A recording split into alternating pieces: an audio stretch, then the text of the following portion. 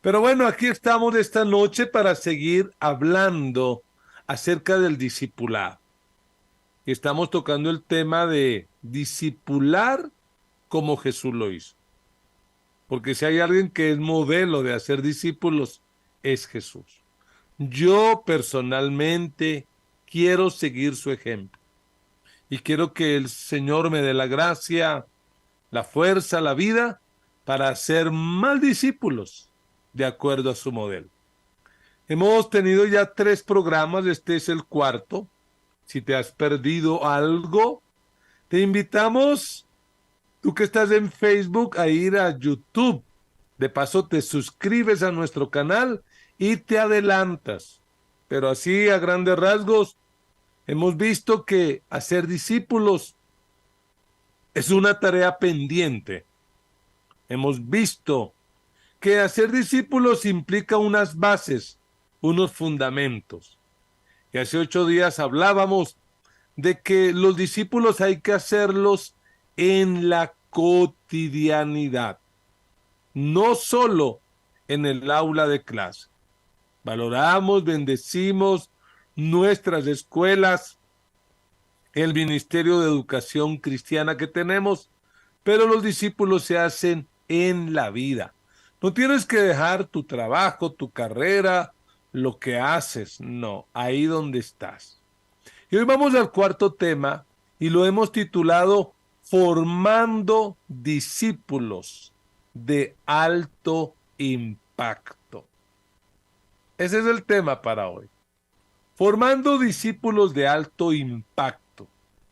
Y lo que queremos es ver algunos textos del Evangelio donde Jesús nos da unas pautas que nos van a ayudar a formar esos discípulos que impactan, que transforman el mundo en medio de una sociedad contagiada por ideologías perversas.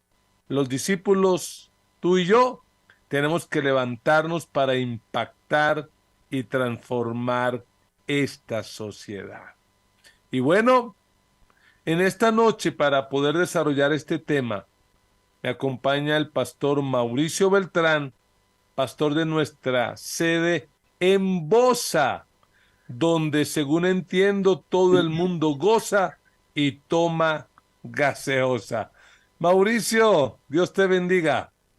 Dios te bendiga, mi paz. Gracias por esta hermosa invitación y por ese saludo tan especial a su merced. Gracias por su trabajo, por su paciencia con nosotros como discípulos y a todos ustedes, amados oyentes que están conectados. Les agradecemos por estar hoy con nosotros acerca de este tema del discipulado.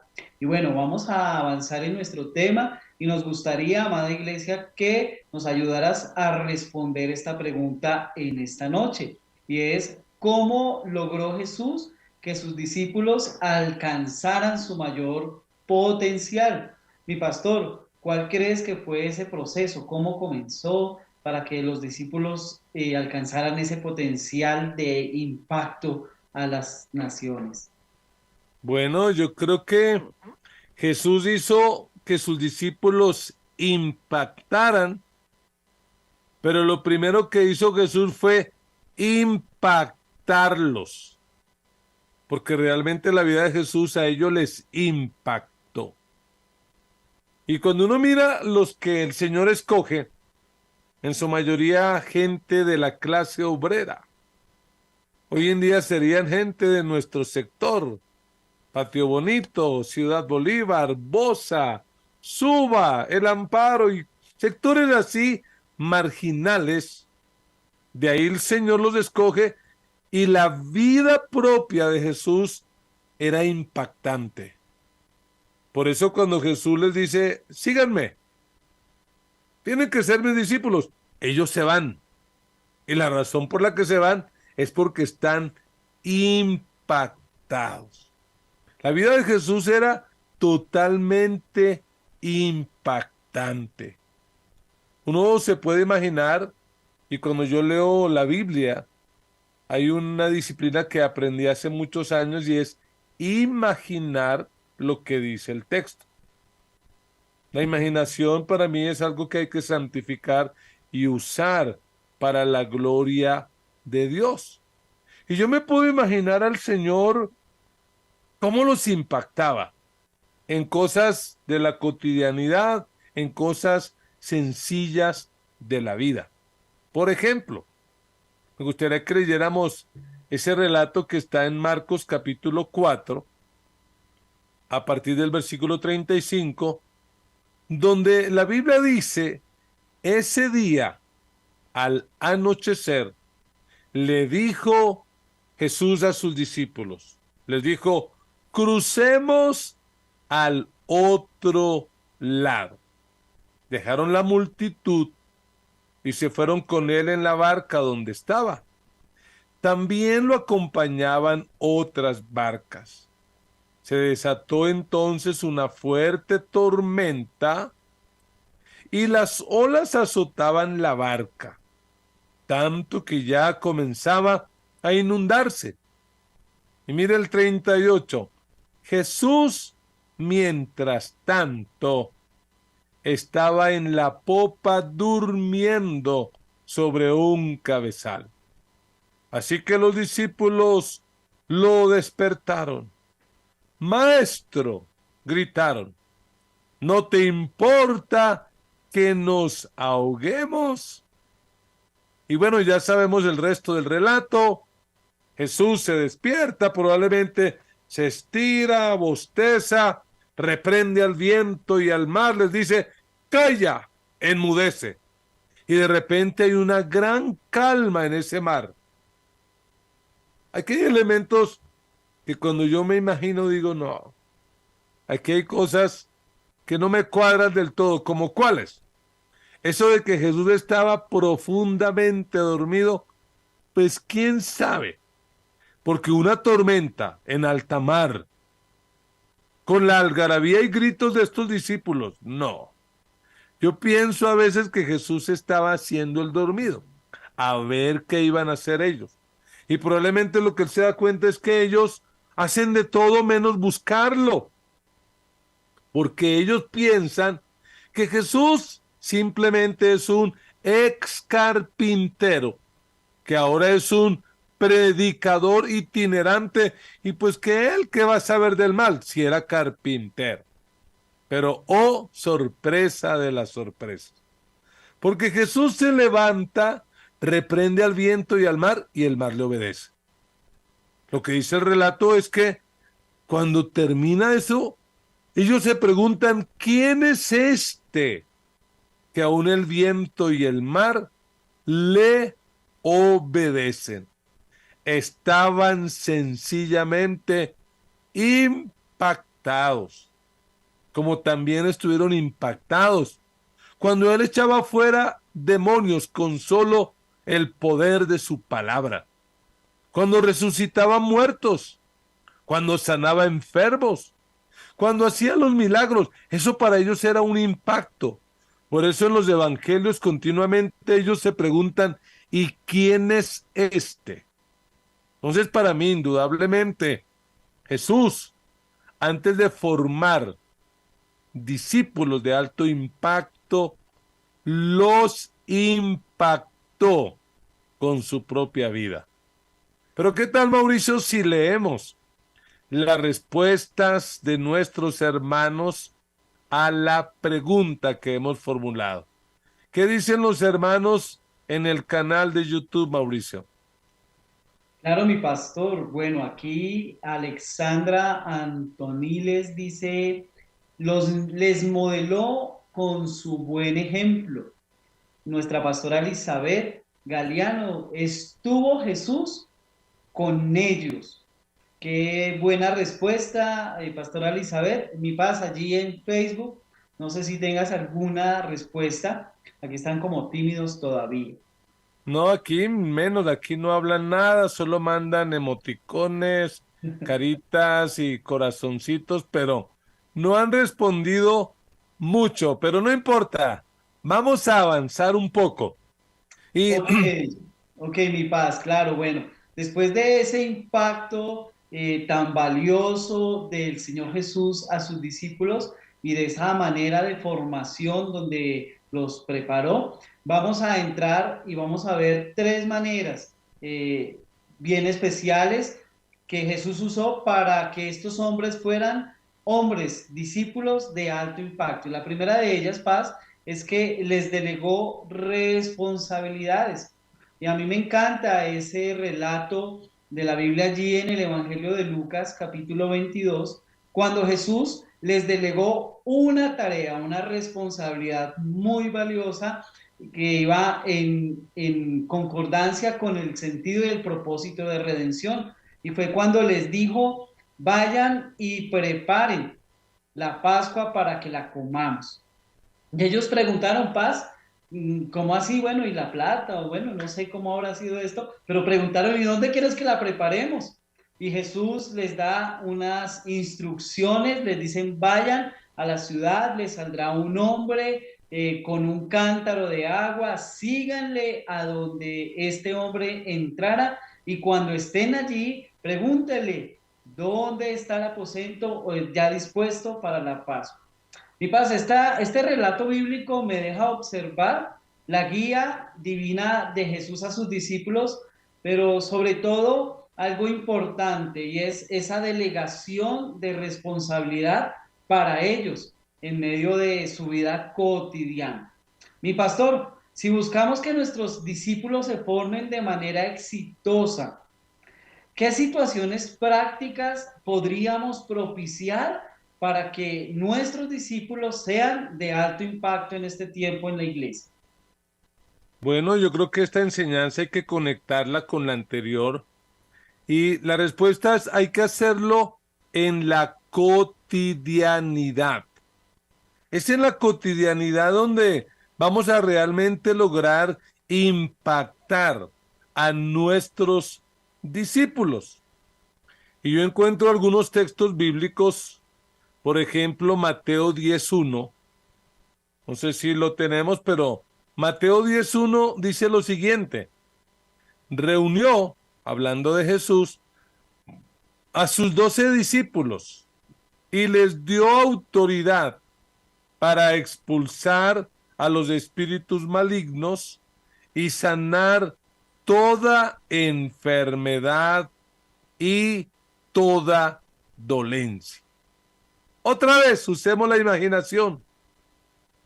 Aquí los discípulos han pasado algunos meses con Jesús y ahora Jesús les dice, bueno, señores, ustedes los 12, vayan, expulsen demonios, vayan, sanen a los enfermos. ¡Wow! Eso es una tremenda responsabilidad. Responsabilidad que vemos que en el Evangelio de Lucas luego se la da a otros 70 o 72.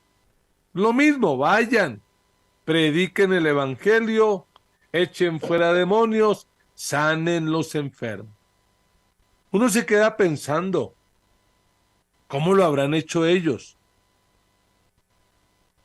No sabemos a ciencia cierta, pero lo que yo resalto es que Jesús les delegó responsabilidad. Jesús no dijo como algunos que yo a veces conozco que están descalificando a la gente, no, ese no sirve, ¿para qué los mando? Ese Pedro, ese Juan, no, vayan, háganlo. Y si se equivocan, pues aprenderán del error. Y sabemos por el relato que ellos tuvieron éxito, los 12, los 70. En el relato de los 70 dice que ellos regresaron alegres y le dijeron, Señor, qué maravilla. Aún los demonios se nos sujetan en tu nombre. ¡Ah! Lo logramos. Qué bueno. Ellos tuvieron una linda experiencia porque Jesús les delegó responsabilidad. Otro texto en el Evangelio, Mateo 14:15. Jesús está predicando, hay una gran multitud de gente, Jesús está sanando enfermos, echando fuera demonios, y dice el texto, al atardecer, se le acercaron sus discípulos y le dijeron, este es un lugar apartado y ya se hace tarde. Despide a la gente para que vayan a los pueblos y se compren algo de comer. Ellos probablemente esperaban que Jesús dijera, bueno, sí, tienen razón, mis discípulos son muy pilos, muy entendidos. Señoras, señores, se acabó la reunión, cada uno para su casa. Chao, chao. Eso esperaría. Pero no, miremos la última parte del versículo 16. Jesús probablemente se queda mirándolos, probablemente hace una pausa, un silencio. No sabemos si fue Pedro el vocero, tal vez. Y le dice a los discípulos, hey, no tienen que irse. No, no, que no se vayan. Denles ustedes mismos de comer. ¡Ja! ¿Cómo le quedó el ojo? Yo me imagino a los discípulos mirándose uno al otro, pero ¿de dónde sacaremos comida? De hecho, los evangelios narran eso. ¿Cómo lo vamos a hacer? Finalmente alguien dice, bueno, aquí hay un muchacho que tiene 5 panes, 2 peces, y con eso tan poquito Jesús alimentó a esa multitud. Pero a ellos les delegó la responsabilidad. Ellos fueron los que organizaron los grupos, repartieron la comida, recogieron lo que sobró, etcétera, etcétera. En otra ocasión, en Lucas 19:30, cuando Jesús va a entrar a Jerusalén a la última semana, la semana de su muerte, les dice a los discípulos, vayan a la aldea que está enfrente y al entrar en ella encontrarán atado a un burrito en el que nadie se ha montado. Desátenlo y tráiganlo acá. Oiga la responsabilidad. Como si yo le dijera a Mauricio, el carro se me varó, así que por favor vaya y en tal lugar hay una moto, traiga esa moto, viene y me recoge para que me lleve a hacer una diligencia. Hey, ¿cómo así? Era la responsabilidad que el Señor le delegaba. Y el Señor le pregunta, bueno, y si nos preguntan, díganle que el Señor lo pide y que ahora se lo devuelve. Tremendo. Jesús no resolvía todos los problemas de ellos. Él les delegaba responsabilidades. Claro, Paz, y eso nos da una confianza a nosotros absoluta, que si Jesús delegó responsabilidades y permitió espacios, propició espacios a sus discípulos, pues cuánto más nosotros debemos hacerlo también, ¿cierto? Si queremos desarrollar a otros, debemos permitirles también esos espacios para que ellos se comprometan y muestren sus talentos, sus capacidades, fortalezcamos su fe y bueno, necesitamos esos espacios. Y qué bueno, mi pastor, que nuestra iglesia cuenta con espacios de esa magnitud como son nuestros grupos de crecimiento integral. Tú lo has anunciado hace unos días atrás, el espacio de café misión, donde se forman y se fortalecen allí las nuevas generaciones de discípulos en el servicio. Mi Paz, no sé si nos cuentas un poquito de la experiencia de Café y Misión junto con nuestra pareja pastoral allí en Ganchantiva. Bueno, realmente nosotros como iglesia tenemos una estructura y dentro de esa estructura hay el Ministerio de Educación Cristiana. Honramos a nuestros maestros, a los que coordinan esta linda tarea. Y tenemos un nivel número 3 que es ministerio, donde lo que queremos es impulsar a las personas para que vayan y sirvan. Y pues realmente ese espacio de café y misión es un espacio donde uno puede ver el carácter de las personas, el temperamento, la manera en que se resuelve un conflicto. Pero ¿cómo, pastor? Sí, se regó el café, eso es un conflicto. ¿Cómo se resuelve? Un cliente malhumorado, impaciente, ahí se ve el carácter. Ahí uno puede empezar a ver realmente los futuros ministros. Y pues hoy saludamos a Wilson, a Lidia y a Samuel, que están en Gachantivá. Ellos salieron de ahí, donde se les delegó una responsabilidad. Y para no ir lejos, Mauricio, pues yo recuerdo una vez que estando en una reunión con nuestros equipos de trabajo en la iglesia, y tú eras el que cuidaba la iglesia, la limpiaba, y el pastor Giovanni Castañeda ya estaba en el proceso de plantar la iglesia en Garagoa, saludamos cordialmente a Garagoa, pues había esa necesidad de alguien que asumiera el reto de liderar la capilla. Y estando ahí, tú en la puerta como recostado en un trapero, el Espíritu me dijo, ese es. Y yo a la semana siguiente te delegué esa responsabilidad y pues lo has hecho bien. Que Dios te bendiga por eso. Gracias, Padre. Ahora vamos a una segunda clave que nos va a ayudar a formar discípulos de alto impacto. Y el título suena como raro, pero hay que hacerlo y es disciplinar con amor. Hay que disciplinar. Y esa palabra disciplina, pues hoy en día es poco apreciada. Una palabra que a la gente no le gusta. De hecho, estas nuevas ideologías que quieren pervertir y dañar el diseño original de la familia, se quieren meter con esto y prohibir a los padres que disciplinen a los hijos. Qué perverso. Usted que es padre no permita eso. Usted tiene que disciplinar. Pero ojo, porque a veces la palabra disciplina tiene una connotación negativa y no es así. Cuando uno lee la Biblia, el tema de la disciplina es un eje transversal. El que ama disciplina.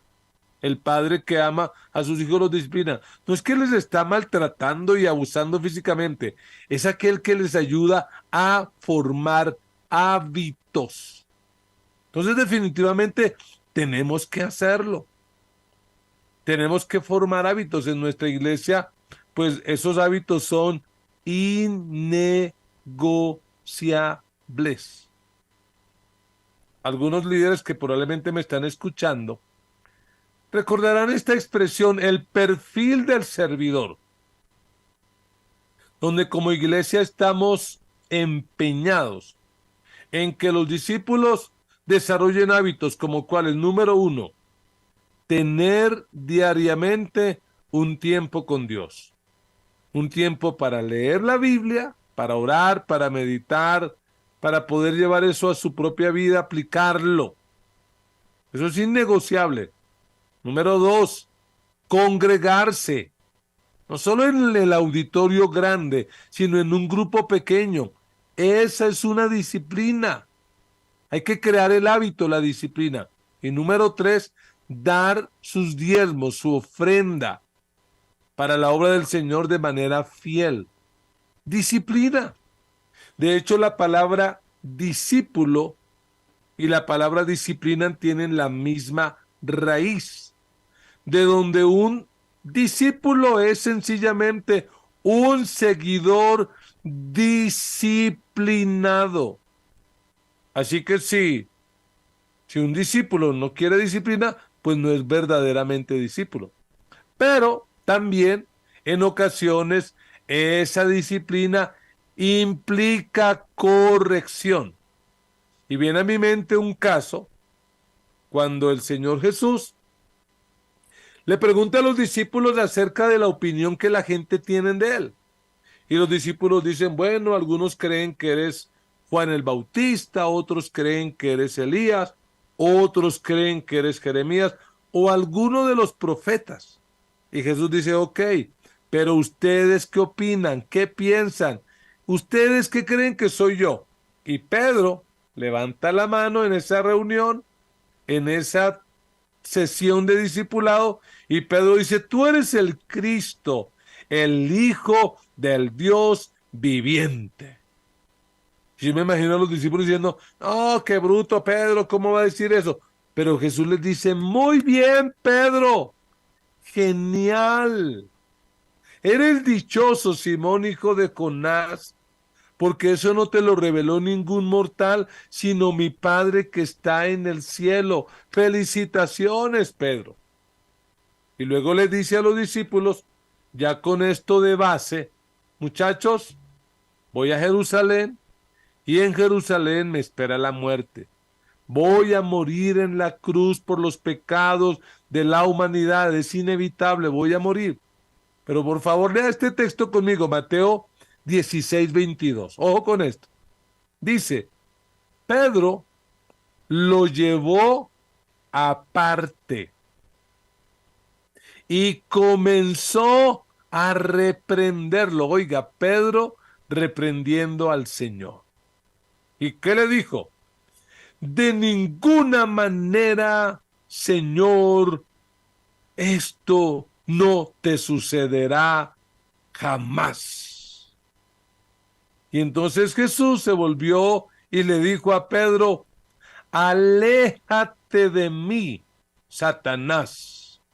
¿Quieres hacerme tropezar? No piensas en las cosas de Dios, sino en las de los hombres. Oiga, qué alineada tan brava, qué aterrizada tan fuerte. Pero aquí hay algo importante y es que Pedro en la primera acierta, pero en la segunda se equivoca. Y Pedro me lo imagino llevando la parte, ven, ven, Señor, ven, ven. No hables así, no hable de la muerte. Eso es negativo. No, venga, cambie ese lenguaje. Y Jesús se da cuenta, hey, este está siendo utilizado por el diablo y lo reprende. Y aquí hay un principio, amados formadores de discípulos, aprendan esto. Se elogia y se afirma en público, pero se corrige en privado. Y como Pedro lo había llevado al Señor aparte, pues allí aparte el Señor lo corrigió. Disciplina no siempre es corrección. Disciplina son hábitos. Disciplina es carácter. Pero en ocasiones habrá que corregir y hay que hacerlo con amor, Mauricio. Claro, mi pastor, qué hermosa reflexión. Y bueno, la disciplina de Jesús, mi pastor, desde la perspectiva de la palabra, podemos decir que es una disciplina completa, porque como tú lo dices, el Señor corrigió con amor intencionalmente. ¿Y por qué lo hizo? Porque el Señor, la disciplina que usaba era para evaluar esas actitudes de los discípulos, era para señalar aquellas actitudes correctas, pero también para corregir aquellas actitudes, aquellos hechos que no iban conforme al propósito. Pero mi paz, también el texto nos deja observar algo bien interesante acerca de la disciplina, y es que él no solamente evaluó, sino que también estimuló mucho cuando ellos acertaban. Y me encanta ese texto bíblico allí en San Mateo 16:16, cuando Jesús estimula a Pedro por haber acertado y afirmado quién era Jesús, el Cristo del Hijo del Dios viviente, dice él. Y Jesús le dijo, dichoso tú, Simón, hijo de Jonás, porque no te lo reveló ningún mortal, sino el Padre que está en los cielos. Mi paz, qué valiosa es la disciplina en nuestro tiempo. Y bueno, en este momento se debe hacer uso de la disciplina para desarrollar en nuestros discípulos de alto impacto, Paz. ¿En qué momento debemos hacerlo? Todo el tiempo, porque el punto es que disciplina no es corrección. La corrección es un porcentaje mínimo, pero yo tengo que estar todo el tiempo formando a los discípulos en su carácter, todo el tiempo. Por eso algunos líderes fracasan porque son muy permisivos, porque no confrontan, porque quieren llevarse bien con todo el mundo y eso no funciona. Para mí la mejor ilustración son los hijos. A los hijos hay que corregirlos desde temprano. A los hijos hay que formarlos. Hay que educarlos, hay que entrenarlos. Y entonces si queremos hacer discípulos, pues tenemos que hacerlo y hacerlo todo el tiempo, guiados por el Espíritu Santo, pero hay que hacerlo, Mauricio. Claro, mi paz. Bueno, ya nos dijiste una manera importante que podríamos usar para disciplinar a otros, ¿no? A nuestros discípulos, corregir en privado y elogiar en público, Paz. ¿Qué otros consejos nos podrías dar, anunciar a nosotros en esta noche para que nuestros discípulos sigan siendo de alto impacto? Bueno, un elemento que nos ayuda, personalmente trato de aplicarlo, es atacar la conducta, pero honrar la identidad. No atacamos la identidad de las personas. La identidad hay que honrarla. Ejemplo, si tengo un discípulo que es impuntual, ya de hecho lo dije mal, es impuntual, y llega y yo le digo, oiga, es que usted es un impuntual, un irresponsable. No, no. Se honra la identidad, oye, te valoro, eres una persona importante, Dios tiene un potencial contigo, pero por favor te animo a corregir ese mal hábito de llegar tarde. Prográmate, agéndate y llega temprano. Honro la identidad, corrijo, ataco la conducta. Otras ideas que nos pueden ayudar es a hacerlo en un ambiente espiritual verdadero, en un ambiente de oración. O sea, no es, y perdónenme la expresión muy popular, no es pegarle una vaciada a la gente. Uy, le pegué su alineada. No, ven. Quiero corrijamos esto, oremos, terminemos orando y oro y de repente le doy una palabra de parte del Señor. Es que mira, lo que yo te estoy diciendo es porque la Biblia dice esto. La Biblia dice que hay que tener a diario un tiempo con Dios. La Biblia dice que hay que congregarnos. La Biblia dice que hay que dar, que hay que ser generosos. Por eso te animo a eso. Y sobre todo, algo que nos va a ayudar muchísimo en este proceso, pues es ser auténticos. No mostrarnos como el super perfecto, pero aún así confrontar. Rick Warren dice en uno de sus libros que aquel líder que quiere quedar bien con todo el mundo no es un buen líder. En ocasiones tendremos que ser impopulares, pero tenemos que hacer la tarea. Tenemos que disciplinar, confrontar y si hay que corregir, hacerlo con amor. Claro, mi paz. Bueno, llegamos a nuestro tercer punto, paz y amados hermanos allí conectados, y es que Jesús no solamente delegó responsabilidades, disciplinó con amor, sino que hizo algo muy importante y es que nunca abandonó a sus discípulos a pesar de todas sus equivocaciones y de sus actitudes. Y este tercer punto es que demostró amor verdadero.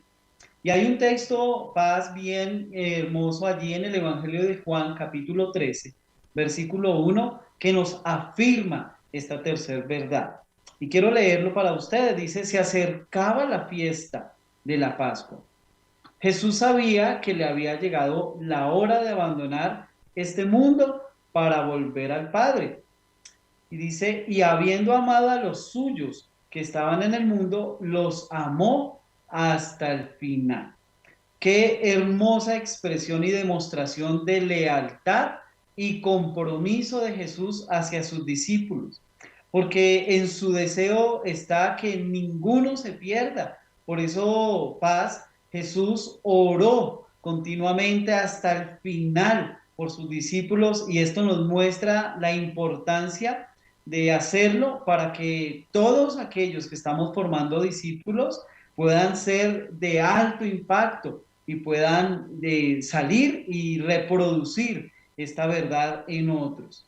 Mi paz, ¿de qué manera Jesús demostró su compromiso y ese inmenso amor hacia sus discípulos en ese entonces? Pues Mauricio, cuando el texto de Juan 13:1 dice, los amó hasta el fin, en algunas versiones, digámoslo así, mejor traducidas, dice, los amó hasta el extremo. El amor de Jesús por sus discípulos fue extremo. ¿Hasta dónde llegó el amor de Jesús? Hasta la cruz, hasta la misma muerte, morir por sus discípulos.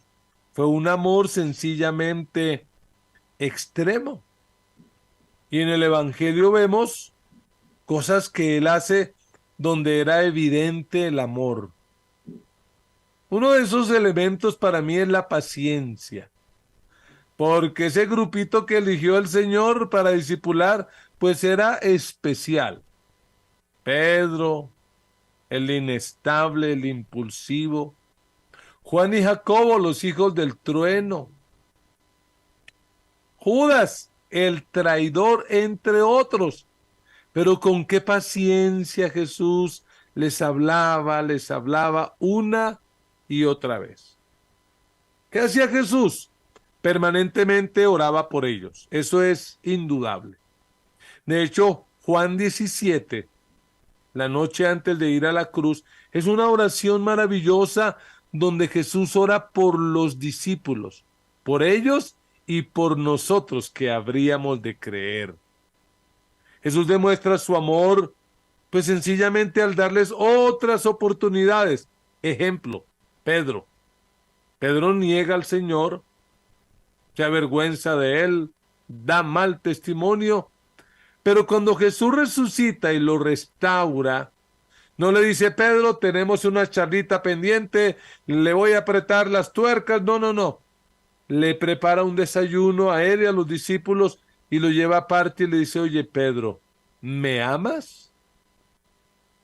Y la respuesta de Pedro es, Señor, tú sabes que te amo.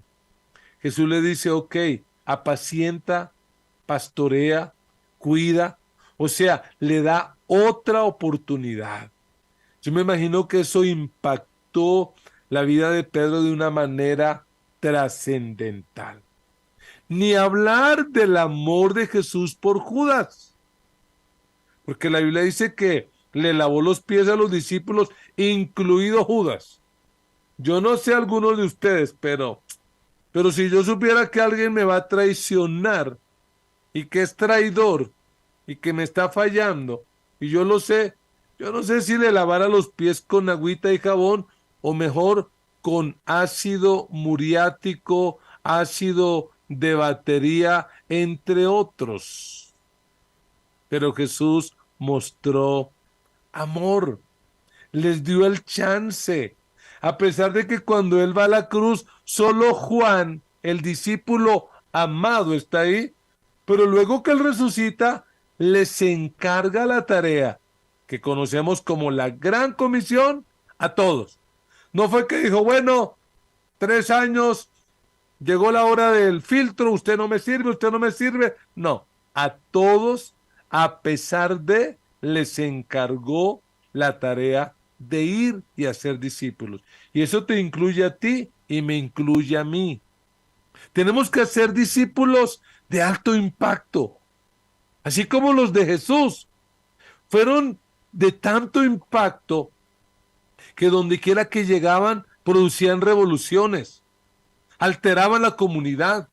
La gente decía, y lo relata el libro de los Hechos, estos que trastornan el mundo ya llegaron aquí. Era un impacto que ha perdurado en el tiempo y que ha llegado hasta nuestra vida. Mauricio, tenemos que ir aterrizando esta enseñanza. ¿Qué tal si desde la experiencia que tienes como un hombre que hace discípulos, nos dices cómo estás haciendo, qué haces para formar discípulos de alto impacto? Claro, mi pastor. Bueno, primero pues agradecido porque el modelo que tú nos presentas es bíblico, es cristocéntrico y lo aplicas de manera muy eficaz en nosotros como discípulos en este tiempo. Y yo personalmente he aprendido a hacer algunas cosas. Quiero dejarte en tu corazón por lo menos cuatro, querido oyente. Uno, importante, orar y ayunar, porque la base de nuestro discipulado debe estar allí, alimentado por hábitos espirituales que nos van a ayudar a tener paciencia, a sabiduría y cosas importantes. Dos, tener y entender mejor que el Señor puede usar a cualquier persona a pesar de sus equivocaciones. Es decir, mostrar compasión. Eso me ha ayudado mucho, Paz, para poder formar discípulos, entender que se van a equivocar y que yo mismo me he equivocado y pues debo apreciarlos y debo también darles esa oportunidad. Tres, importante tener fe, ¿no?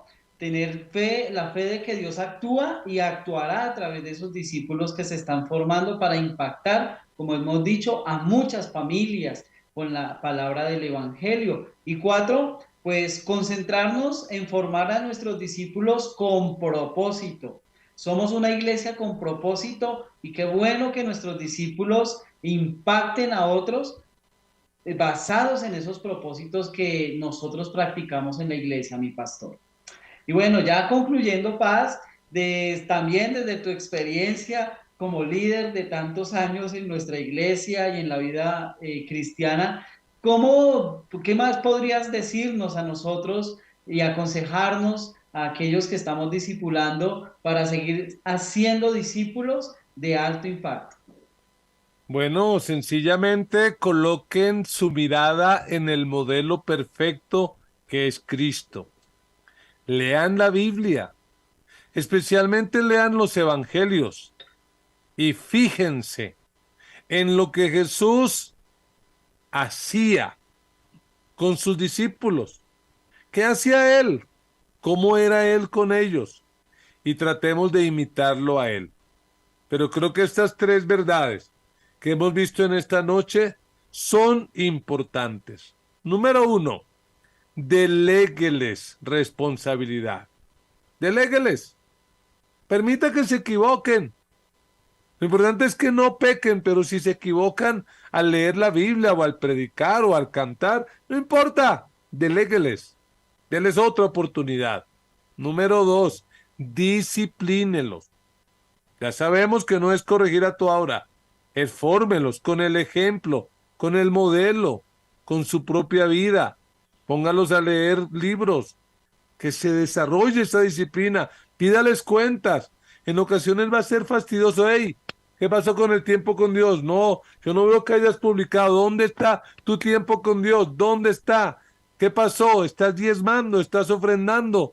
¿Por qué no lo haces? ¿Es que estás mal económicamente? Si quieres, te generamos un mercado para que pases esa crisis. Pero recuerda, tienes que dar.